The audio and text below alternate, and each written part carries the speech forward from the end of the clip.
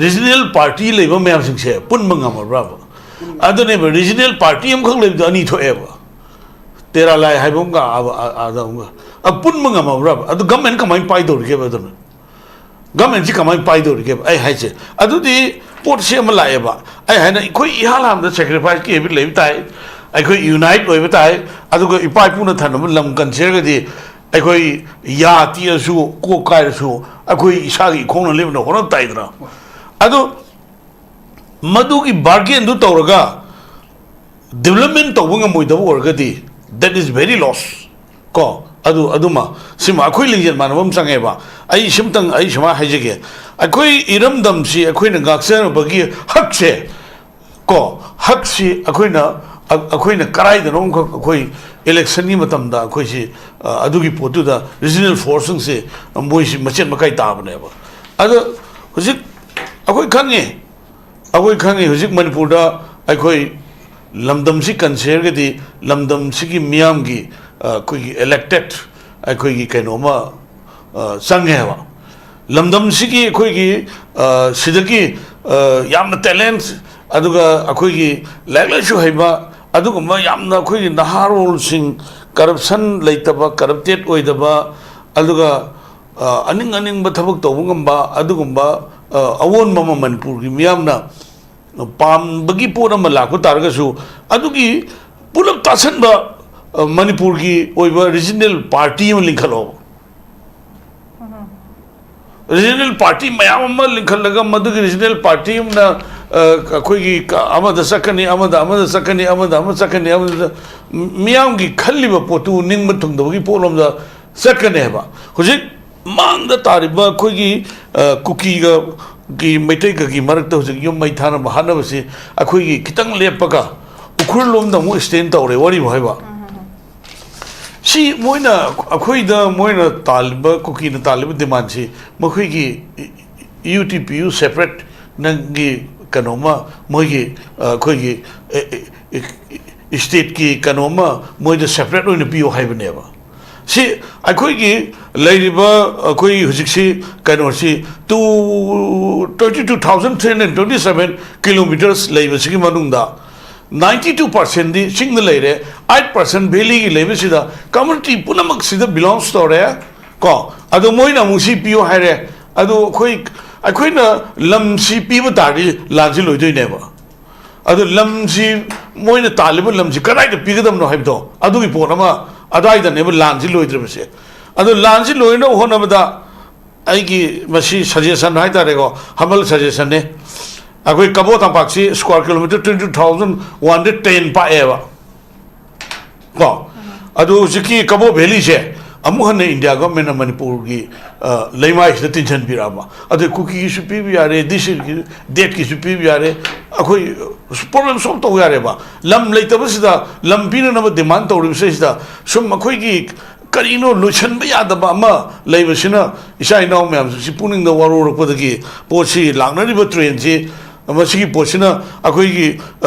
Central the Liber Party Punamoxinci, Loinam Akwiki, sideline to Toga. Manipur the regional force of Linkalaga, Manipur Miam Yapambado, Manipur Miam Haibedo, Adu Tonogi Punama Neva, Huskinangi, new political party of Manipur, say, Web Siwa. Just Adugi Poche, she Poche, Lakadru 2027 elections in the Naya, Ying Mama Sanganeva. Go, Yang Mama Sanganeva. I quit you can unite with Gese. I quit unite with Sangeva. Tamama unite with the I quit you Maitini, Maite easily veni, if I put a Tanambalam chair, Mashigi Lamsi, P. Villarana, I quit Adu Boxin the Paning Daitarina, Itummaton the Papa, Lady Kamabova, I quit Pitoning Deva. Adu Sing Posi demand or Ibokamu Singsi. Come later, I quit the Tarib Lance, Masiki Taidu no Paiche, I quit unite with Natana, I quit Shield should unite with Sangi, political party members unite with Sangi, any I quit circle punamukta leiba punama ko unite obi sangeba adu kari dong dong tanaba gi potu da da lakado neba adu khara bana adu gi resident forces ni khalaga akoi isa gi khong lebna jo honor ni political party ma samni khalani political party ma samni khalani political party ma samni khalani karaga madu mai magi leiba kanu sisa power eager oina ba ngaktani na paithong na thrani adu dum hamu dum tani just usiki nangi tv ki gi ju congress ki manga ne ba sangi she congress ki manga sanjan giri ne ba man di moi di kai gom da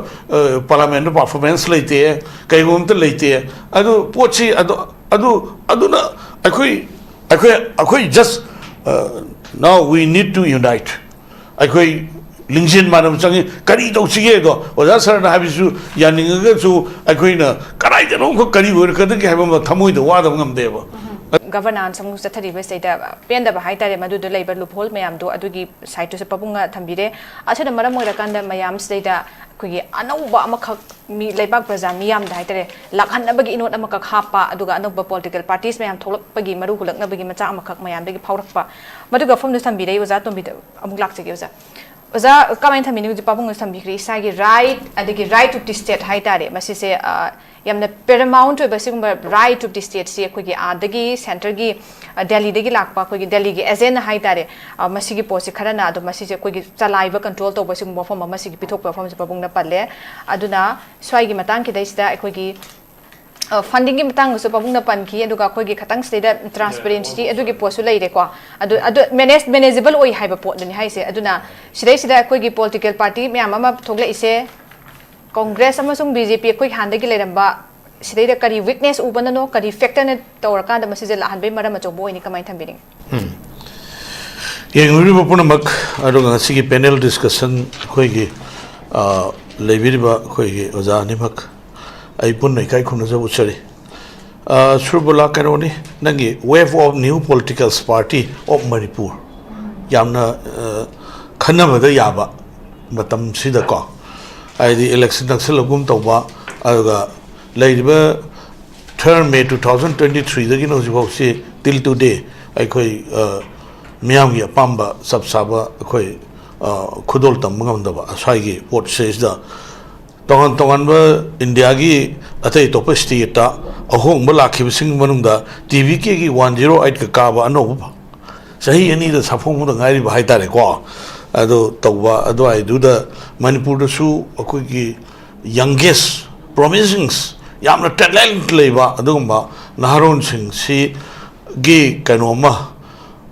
ama akoi gi weba ma kari gum kan da lagadi Manipur se akoi gi corruption ni khitang thaidok pa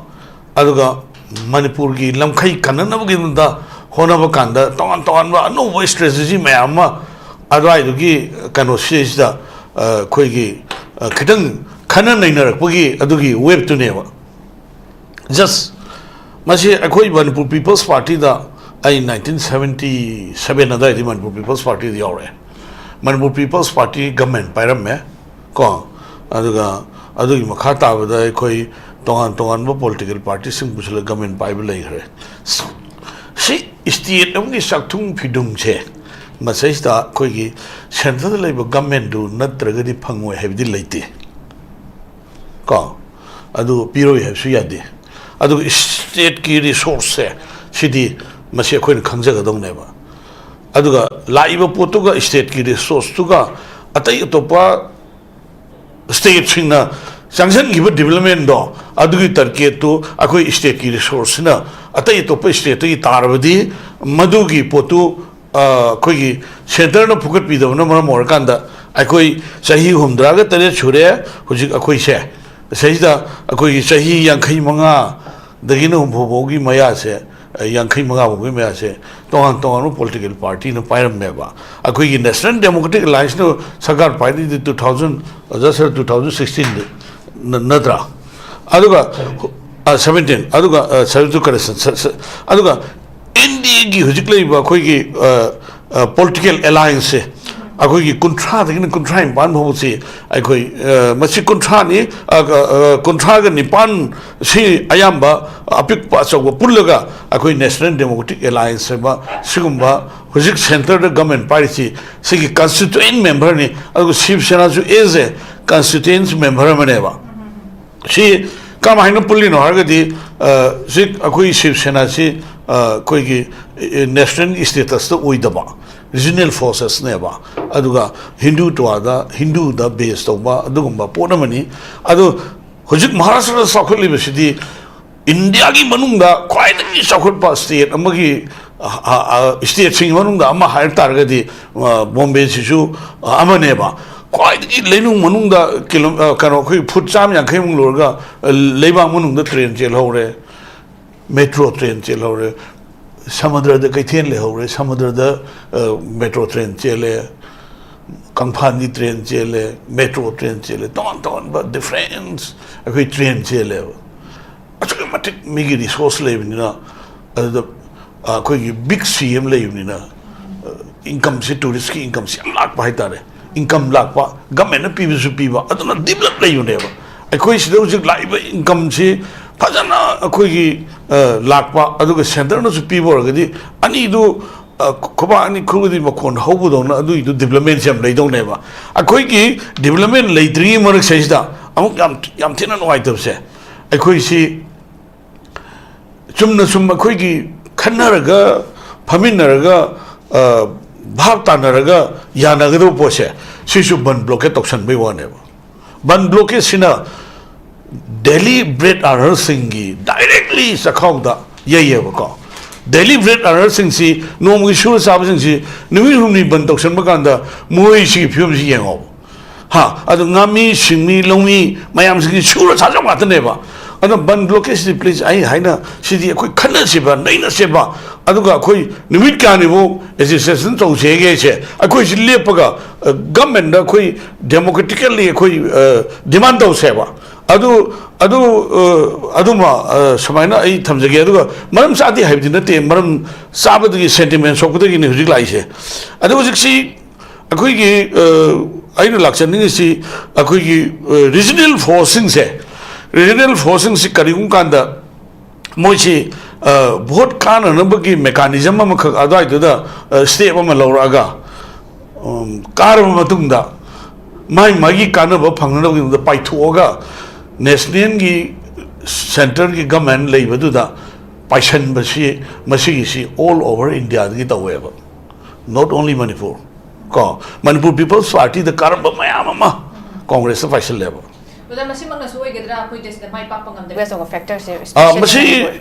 कहोने मधु की कारब elected अदुगी पोतु मासी यामना sacrifice की habit लेतबा अदु कोंकुलम सिलजु खोंबालम सिलजु nga Fadia दे हाइगुंबा त्रा अदु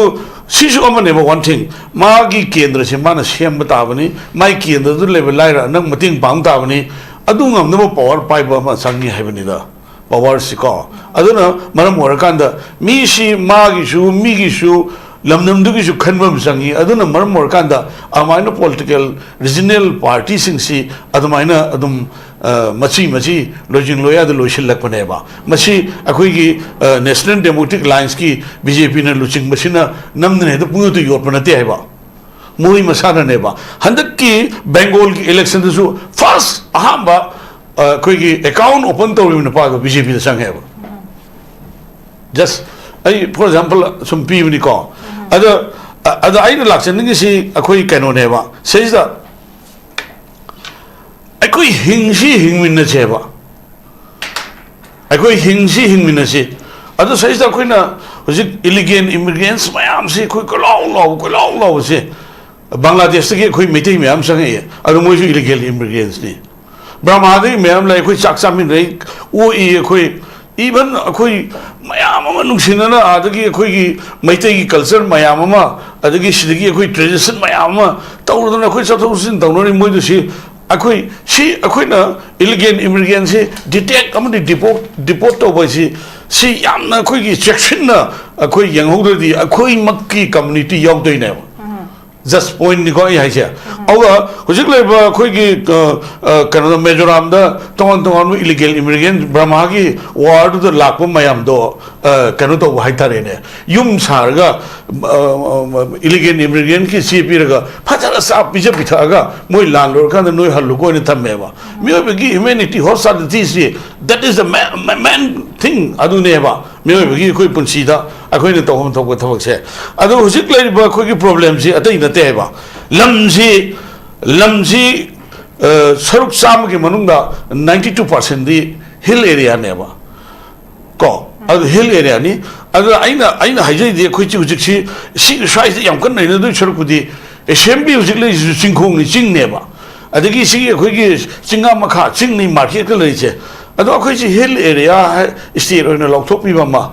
or akhoi leiba MLR LR X akhoi punna lemina ba yana na mechanism ama aduga detect and deport che masigi chi kamai to udong no hargadi India government ga aduga state government ga na munna khallaba matungda shok tana ba aduga masina Manipur da kahel lebsi karai phong no habido adu tap tai khandu ga Assam da akhoi film sadu hindu Bangladesh Hindu mayam lakho mayam do mochi illegal immigrant chingye na chingdra adu chi yam lu podam ne ba sai da khoi gi haibe de yam lu ba tawu da yam haibe de na yam lu ba thabu ko no thok yam lu ba adai gi area do ne ba adaga si ai si yam na khoi kano hai ta re no ai khoi honorable CM sing asi unai ko wari watai sai tawdabu ma si khoi gi kano ne ba akhoi gi ma su yam na forceful loi ba akhoi gi yam na sacrifice gi habit lei ba aduguma mida amani ma su tha ni hum nangai ri mo na sars pung taw si ma si su au idea du to ning de ba adu one thing amana sim be be ma ko akhoi gi hujik lei ri ba Manipur gi political party sing says the ko su na le ngune na khale center le be se adu na tab handak nau namal li khale ba ko NPP tera lai kai na ko just adugi NPP amana Meghalaya gi khoi ke sangma konak sangma no oi ko aduga chi moem link khale yare si koi NDA gi partner ni moisum yauri ko adugi janata dal yauri sid le mayam si yauri ata ye to political party mayam lai ba se si chu miyam gi sewa dong ni na tholoi ni ko moishu khoi gi lakadu elections da face of no bi yaina miyam gi mandate moi try to bi ro miyam na thagla ga di miyam na pam ga lo khala ga di moi na government pai da kasu kai bi ti kai no sidi miyam gi kano ne ba miyam gi mo ne ba sidi Indian sidi government pai di noi political party si ano si resa to nu le pa kano hai ri yaro he ba akhoi welcome to wi adu gi dong ta khoi kasu kano na te hai ba khoi yeng tai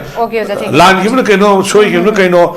praja na su mai nga ku je ni ko thank you okay za ko je no no ko mam thole registration ki post le thing badi ya ban te adubu fight to da kai de ba phom ju thame aduga khwai maroina akoi da hujiki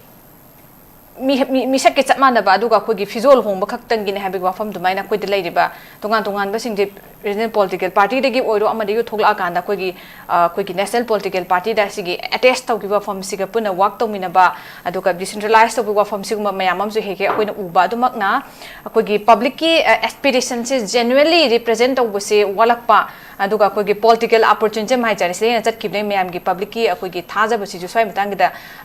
pam ba gi apam du lai taraga su ano bamma pam taraga su dai da akoi mai pak pangam da bi so bo phom jira haipam su thami aduga mu hujik lai bi phibam sida akoi gi existing akoi gi national party sai tare sida su akoi gi pen da bi adum kholong mayam am dissatisfaction hai tare mayam am su dum tham da ba na te duna election 2027 chu nak silak ba phunga amakan da mu handaki ba aduga masi mai pak nga to bo ya da yarak ta basida kari ke lai na ba pot mayam am su lai da aduga oza to mi lak sini mi oza sigi pot sida akoi gi kai gumba lai di ba pen da ba kari ma factor mayam da gi maru ni especially mi hongi 2023 gi irang gi de mayam trigger to ri hai tare mayam sina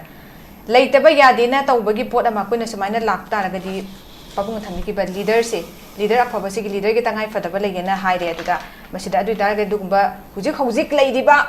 national party oi riba akoi gi lenga ngai ba sigi mathakani leader sing legislator sing da pen da bi kholawom lauri adu tar gi asigumba maipu na chingba ngamgada ba matik chaba leader du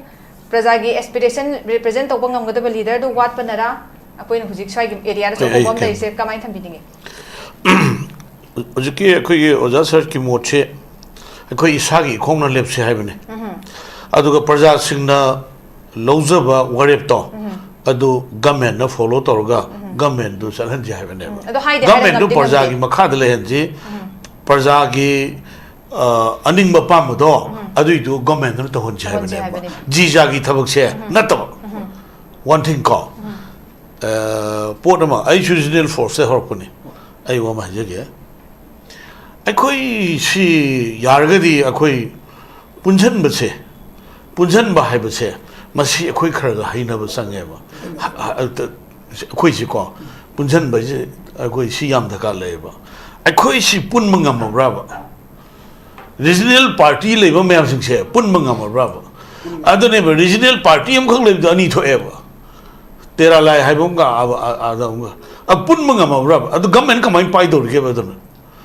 ꯒꯃꯦꯟꯁꯤ ꯀꯃꯥꯏꯅ ꯄꯥꯏꯗꯧꯔꯤꯒꯦꯕ ꯑꯩ ꯍꯥꯏꯁꯦ ꯑꯗꯨꯗꯤ ꯄꯣꯠꯁꯤ ꯑꯃ ꯂꯥꯛꯑꯦꯕ ꯑꯩ ꯍꯥꯏꯅ ꯑꯩꯈꯣꯏ ꯏꯍꯥꯟ ꯍꯥꯟꯕꯗ ꯁꯦꯀ꯭ꯔꯤꯐꯥꯏꯁꯀꯤ ꯍꯦꯕꯤꯠ ꯂꯩꯕ ꯇꯥꯏ ꯑꯩꯈꯣꯏ ꯌꯨꯅꯥꯏꯠ ꯑꯣꯏꯕ ꯇꯥꯏ ꯑꯗꯨꯒ ꯏꯄꯥ ꯏꯄꯨꯅ ꯊꯝꯅꯕ ꯂꯝ ꯀꯟꯁꯤꯔꯒꯗꯤ ꯑꯩꯈꯣꯏ ꯌꯥ ꯇꯤꯑꯁꯨ ꯀꯣꯛ ꯀꯥꯏꯔꯁꯨ ꯑꯩꯈꯣꯏ ꯏꯁꯥꯒꯤ ꯈꯣꯡꯅ ꯂꯦꯞꯅ ꯍꯣꯠꯅꯕ ꯇꯥꯏꯗꯅ ꯑꯗꯨ ꯃꯗꯨꯒꯤ ꯕꯥꯔꯒꯦꯟꯗꯨ ꯇꯧꯔꯒ ꯗꯦꯕꯂꯞꯃꯦꯟ ꯇꯧꯕ ꯉꯝꯃꯣꯏꯗꯕ ꯑꯣꯏꯔꯒꯗꯤ ꯗꯦꯠ ꯏꯁ ꯚꯦꯔꯤ ꯂꯣꯁ ꯀꯣ ꯑꯗꯨꯃ ꯁꯤꯃ ꯑꯩꯈoi ꯂꯤꯡꯖꯦꯜ ꯃꯥꯟꯅꯕ ꯑꯃ ꯆꯪꯉꯦꯕ ꯑꯩ ꯁꯤꯝꯇꯪ ꯑꯩ ꯁꯨꯃꯥꯏꯅ ꯍꯥꯏꯖꯒꯦ ꯑꯩꯈꯣꯏ ꯏꯔꯝꯗꯝꯁꯤ ꯑꯩꯈꯣꯏꯅ ꯉꯥꯛꯆꯅꯕꯒꯤ ꯍꯛꯁꯦ ꯀꯣ ꯍꯛꯁꯤ ꯑꯩꯈꯣꯏꯅ ꯀꯔꯥꯏꯗꯅꯣꯝꯈꯛ ꯑꯩꯈꯣꯏ ꯏꯂꯦꯛꯁꯟꯒꯤ ꯃꯇꯝꯗ ꯑꯩꯈꯣꯏꯁꯤ ꯑꯗꯨꯒꯤ ꯄꯣꯠꯇꯨꯗ ꯔꯤꯖꯅꯦꯜ ꯐꯣꯔꯁꯁꯤꯡꯁꯦ ꯃꯣꯏꯁꯤ ꯃꯆꯦꯠ ꯃꯀꯥꯏ ꯇꯥꯕꯅꯦꯕ ꯑꯗꯣ ꯍꯧꯖꯤꯛ ꯑꯩꯈꯣꯏ ꯈꯪꯉꯤ ꯍꯧꯖꯤꯛ ꯃꯅꯤꯄꯨꯔꯗ ꯑꯩꯈꯣꯏ ꯂꯝꯗꯝꯁꯤ ꯀꯟꯁꯤꯔꯒꯗꯤ ꯂꯝꯗꯝꯁꯤꯒꯤ ꯃꯤꯌꯥꯝꯒꯤ ꯑꯩꯈꯣꯏꯒꯤ elected ꯑꯩꯈꯣꯏꯒꯤ ꯀꯩꯅꯣꯃ ꯆꯪꯉꯦꯕ ꯂꯝꯗꯝꯁꯤꯒꯤ ꯑꯩꯈꯣꯏꯒꯤ ꯁꯤꯗꯒꯤ ꯌꯥꯝꯅ ꯇꯦꯂꯦꯟꯠ ꯑꯗꯨꯒ ꯑꯩꯈꯣꯏꯒꯤ ꯂꯥꯏꯔꯤꯛ ꯂꯥꯏꯁꯨ ꯍꯩꯕ ꯑꯗꯨꯒꯨꯝꯕ ꯌꯥꯝꯅ ꯑꯩꯈꯣꯏꯒꯤ ꯅꯍꯥꯔꯣꯜꯁꯤꯡ ꯀꯔꯞꯁꯟ ꯂꯩꯇꯕ ꯀꯔꯞꯇꯦꯠ ꯑꯣꯏꯗꯕ ꯑꯗꯨꯒ ꯑꯅꯤꯡꯕ ꯊꯕꯛ ꯇꯧꯕ ꯉꯝꯕ ꯑꯗꯨꯒꯨꯝꯕ ꯑꯑꯣꯟꯕ ꯑꯃ ꯃꯅꯤꯄꯨꯔꯒꯤ ꯃꯤꯌꯥꯝꯅ ꯄꯥꯝꯕꯒꯤ ꯄꯣꯠ ꯑꯃ ꯂꯥꯛꯄ ꯇꯥꯔꯒꯁꯨ ꯑꯗꯨꯒꯤ ꯄꯨꯂꯞ ꯇꯥꯁꯟꯕ ꯃꯅꯤꯄꯨꯔꯒꯤ ꯑꯣꯏꯕ ꯔꯤꯖꯅꯦꯜ ꯄꯥꯔꯇꯤ ꯑꯃ ꯂꯤꯡꯈꯠꯂꯛꯑꯣ ꯔꯤꯖꯅꯦꯜ ꯄꯥꯔꯇꯤ ꯃꯌꯥꯝ ꯑꯃ ꯂꯤꯡꯈꯠꯂꯒ ꯃꯗꯨꯒꯤ ꯔꯤꯖꯅꯦꯜ ꯄꯥꯔꯇꯤ ꯑꯃꯅ ꯑꯩꯈꯣꯏꯒꯤ ꯑꯃꯗ ꯆꯠꯀꯅꯤ ꯑꯃꯗ ꯆꯠꯀꯅꯤ ꯑꯃꯗ ꯆꯠꯀꯅꯤ ꯑꯃꯗ ꯃꯤꯌꯥꯝꯒꯤ ꯈꯜꯂꯤꯕ ꯄꯣꯠꯇꯨ ꯅꯤꯡꯕ ꯊꯨꯡꯗꯕꯒꯤ ꯄꯣꯠꯂꯣꯝꯗ ꯆꯠꯀꯅꯦꯕ ꯍꯧꯖꯤꯛ ꯃꯥꯡꯗ ꯇꯥꯔꯤꯕ ꯑꯩꯈꯣꯏꯒꯤ ꯀꯨꯀꯤꯒ ꯃꯩꯇꯩꯒꯒꯤ ꯃꯔꯛꯇ ꯍꯧꯖꯤꯛ ꯌꯨꯝ ꯃꯩ ꯊꯥꯅꯕ ꯍꯥꯠꯅꯕꯁꯤ ꯑꯩꯈꯣꯏꯒꯤ ꯈꯤꯇꯪ ꯂꯦꯞꯄꯒ ꯎꯈ꯭ꯔꯨꯜꯂꯣꯝꯗ ꯑꯃꯨꯛ ꯁ꯭ꯇꯦꯟ ꯇꯧꯔꯦ ꯋꯥꯔꯤꯕꯨ ꯍꯥꯏꯕ ꯁꯤ ꯃꯣꯏꯅ ꯑꯩꯈꯣꯏꯗ ꯃꯣꯏꯅ ꯇꯥꯜꯂꯤꯕ ꯀꯨꯀꯤꯅ ꯇꯥꯜꯂꯤꯕ ꯗꯤꯃꯥꯟꯁꯤ ꯃꯈꯣꯏꯒꯤ UTPU ꯁꯦꯄꯔꯦꯠ ꯅꯪꯒꯤ ꯀꯩꯅꯣꯃ ꯃꯣꯏꯒꯤ ꯑꯩꯈꯣꯏꯒꯤ ꯁ꯭ꯇꯦꯠꯀꯤ ꯀꯩꯅꯣꯃ ꯃꯣꯏꯗ ꯁꯦꯄꯔꯦꯠ ꯑꯣꯏꯅ ꯄꯤꯌꯣ ꯍꯥꯏꯕꯅꯦꯕ ꯁꯤ ꯑꯩꯈꯣꯏꯒꯤ ꯂꯩꯔꯤꯕ ꯑꯩꯈꯣꯏ ꯍꯧꯖꯤꯛꯁꯤ ꯀꯩꯅꯣꯁꯤ 22,327 ꯀꯤꯂꯣꯃꯤꯇꯔꯁ ꯂꯩꯕꯁꯤꯒꯤ ꯃꯅꯨꯡꯗ 92% ꯗꯤ ꯆꯤꯡꯗ ꯂꯩꯔꯦ 8% ꯚꯦꯂꯤꯒꯤ ꯂꯩꯕꯁꯤꯗ ꯀꯝꯃꯨꯅꯤꯇꯤ ꯄꯨꯝꯅꯃꯛꯁꯤꯗ ꯕꯤꯂꯣꯡꯁ ꯇꯧꯔꯦ ꯀꯣ ꯑꯗꯣ ꯃꯣꯏꯅ ꯑꯃꯨꯛ ꯁꯤ ꯄꯤꯌꯣ ꯍꯥꯏꯔꯦ ꯑꯗꯣ ꯑꯩꯈꯣꯏꯅ ꯂꯝꯁꯤ ꯄꯤꯕ ꯇꯥꯔꯗꯤ ꯂꯥꯟꯁꯤ ꯂꯣꯏꯗꯣꯏꯅꯦꯕ ꯑꯗꯣ ꯂꯝꯁꯤ ꯃꯣꯏꯅ ꯇꯥꯜꯂꯤꯕ ꯂꯝꯁꯤ ꯀꯗꯥꯏꯗ ꯄꯤꯒꯗꯕꯅꯣ ꯍꯥꯏꯕꯗꯣ ꯑꯗꯨꯒꯤ ꯄꯣꯠ ꯑꯃ ꯑꯗꯨꯋꯥꯏꯗꯅꯦꯕ ꯂꯥꯟꯁꯤ ꯂꯣꯏꯗ꯭ꯔꯤꯕꯁꯦ ꯑꯗꯣ ꯂꯥꯟꯁꯤ ꯂꯣꯏꯅꯕ ꯍꯣꯠꯅꯕꯗ ꯑꯩꯒꯤ ꯃꯁꯤ ꯁꯖꯦꯁꯟ ꯍꯥꯏꯇꯥꯔꯦꯀꯣ ꯍꯝꯕꯜ ꯁꯖꯦꯁꯟꯅꯦ ꯑꯩꯈꯣꯏ ꯀꯕꯣ ꯇꯝꯄꯥꯛꯁꯤ ꯁ꯭ꯀ꯭ꯋꯥꯔ ꯀꯤꯂꯣꯃꯤꯇꯔ 22,110 ꯄꯥꯛꯑꯦꯕ ꯀꯣ ꯑꯗꯨ ꯍꯧꯖꯤꯛꯀꯤ ꯀꯕꯣ ꯚꯦꯂꯤꯁꯦ ꯑꯃꯨꯛ ꯍꯟꯅ ꯏꯟꯗꯤꯌꯥ ꯒꯣꯔꯃꯦꯟꯅ ꯃꯅꯤꯄꯨꯔꯒꯤ ꯂꯩꯃꯥꯏꯁꯤꯗ ꯇꯤꯟꯁꯤꯟꯕꯤꯔꯛꯑꯕ ꯑꯗꯨ ꯀꯨꯀꯤꯒꯤꯁꯨ ꯄꯤꯕ ꯌꯥꯔꯦ ꯗꯦꯠꯀꯤꯁꯨ ꯄꯤꯕ ꯌꯥꯔꯦ ꯑꯩꯈꯣꯏ ꯄ꯭ꯔꯣꯕ꯭ꯂꯦꯝ ꯁꯣꯜꯕ ꯇꯧ ꯌꯥꯔꯦꯕ ꯂꯝ ꯂꯩꯇꯕꯁꯤꯗ ꯂꯝ ꯄꯤꯅꯅꯕ ꯗꯤꯃꯥꯟ ꯇꯧꯔꯤꯕꯁꯤꯗ ꯁꯨꯝ ꯑꯩꯈꯣꯏꯒꯤ ꯀꯔꯤꯅꯣ ꯂꯣꯏꯁꯤꯟꯕ ꯌꯥꯗꯕ ꯑꯃ ꯂꯩꯕꯁꯤꯅ ꯏꯆꯥ ꯏꯅꯥꯎ ꯃꯌꯥꯝꯁꯤ ꯄꯨꯛꯅꯤꯡꯗ ꯋꯥꯔꯧꯔꯛꯄꯗꯒꯤ ꯄꯣꯠꯁꯤ ꯂꯥꯛꯅꯔꯤꯕ ꯇ꯭ꯔꯦꯟꯁꯤ ꯃꯁꯤꯒꯤ ꯄꯣꯠꯁꯤꯅ ꯑꯩꯈꯣꯏꯒꯤ ꯁꯦꯟꯇꯔꯗꯒꯤ ꯂꯥꯛꯏꯕ ꯄꯥꯔꯇꯤ ꯄꯨꯝꯅꯃꯛꯁꯤꯡꯁꯤ ꯂꯣꯏꯅꯃꯛ ꯑꯩꯈꯣꯏꯒꯤ ꯁꯥꯏꯠꯂꯥꯏꯟ ꯇꯧꯊꯣꯛꯑꯒ ꯃꯅꯤꯄꯨꯔꯗ ꯔꯤꯖꯅꯦꯜ ꯐꯣꯔꯁ ꯑꯃ ꯂꯤꯡꯈꯠꯂꯒ ꯃꯅꯤꯄꯨꯔ ꯃꯤꯌꯥꯝꯒꯤ ꯑꯄꯥꯝꯕꯗꯣ ꯃꯅꯤꯄꯨꯔ ꯃꯤꯌꯥꯝꯅ ꯍꯥꯏꯕꯗꯣ ꯑꯗꯨ ꯇꯧꯅꯅꯕꯒꯤ ꯄꯣꯠ ꯑꯃꯅꯦꯕ ꯍꯧꯖꯤꯛꯀꯤ ꯅꯪꯒꯤ ꯅ꯭ꯌꯨ ꯄꯣꯂꯤꯇꯤꯀꯦꯜ ꯄꯥꯔꯇꯤ ꯑꯣꯐ ꯃꯅꯤꯄꯨꯔꯁꯦ ꯋꯦꯕꯁꯤꯕꯨ ꯍꯥꯏꯔꯤꯕ ꯖꯦꯁ ꯑꯗꯨꯒꯤ ꯄꯣꯠꯁꯤ ꯁꯤ ꯄꯣꯠꯁꯦ ꯂꯥꯛꯀꯗꯧꯔꯤꯕ 2027ꯒꯤ ꯏꯂꯦꯛꯁꯟꯁꯤꯗꯅꯦ ꯌꯦꯡꯕ ꯑꯃ ꯆꯪꯒꯅꯦꯕ ko yeng mom sangane ba akhui chi kyam unite wer ge se akhui chi unite wer sange ba thaba ma tong da unite wer ge di akhui chu maitai ni maitai i shi li bani ipai pu na thanam lam se masi gi lam si pi bi la na akhui adu gi bokchin na paning dai tar ne itum ma ton da pakpa lei ka ma bo ba akhui pi thong ning de ba adu bu si po si demand tori ba kamu sing si come later, I quit the Tarib Lance, Masiki Taidu no Paiche, I quit unite with another, I quit Shio should unite with Sangi, political party members unite with Sangi. Any I quit Sakal Punamata Punama quit unite with Sangeva. Adu Kari don't Tanavagi, Potuda, the Lakado Neva. Adu Karamana, Adugi, resident forces in Kalaga, I quit Shagi, Kono Lebanon, Horani, political party Masam in Kalani, political party Masam in Kalani, political party Masam in Kalani, Karagamadu, my Maggie, Lady Bakanusis, or Eager, Winnabangatanina, Paitona Rani, Adum Hamudum Tani. Just Usikin TV issue, Congress ki Magane Heba, Sangisha, Congress ki Maga Sanjan Neba, Mandi Moidi, Kaigum, Parliament performance later, Kaigum the later, Adu Pochi, Aduna, I just now we need to unite. I quit Lingjin Madam Sangi, Karito Chiego, or that's her Habisu, Yaninga, I quit a Karajan, Kari, Kadi have a Tamu, the Wadam Deva. I don't know any Tanzania. Okay, sir. To me, I was a quick unity, Mapunsin, Basimitanga for the Belay, a quickie, I know by Tole political parties in Guzu, Akumam Hangise, Mayam say, a quickie, Karigitamata, Apun Baoina, Apun Boina Lapungam, the Pacific in a Bohankisu, at the Mak Akwagi, a song Hangwea Bohang name and Tamzage. I don't know, I will bird out unit, and Technatam Unit panels, the home day and was just atlantic. Was I don't know who's excited. Nasi honorable Sham Unavani. Adamoru, Saturday of Demand, Marika. I Tamjerame, Maruina, Quiggy National Register of Citizenship say any mechanism, mama. Call any mechanism, mama.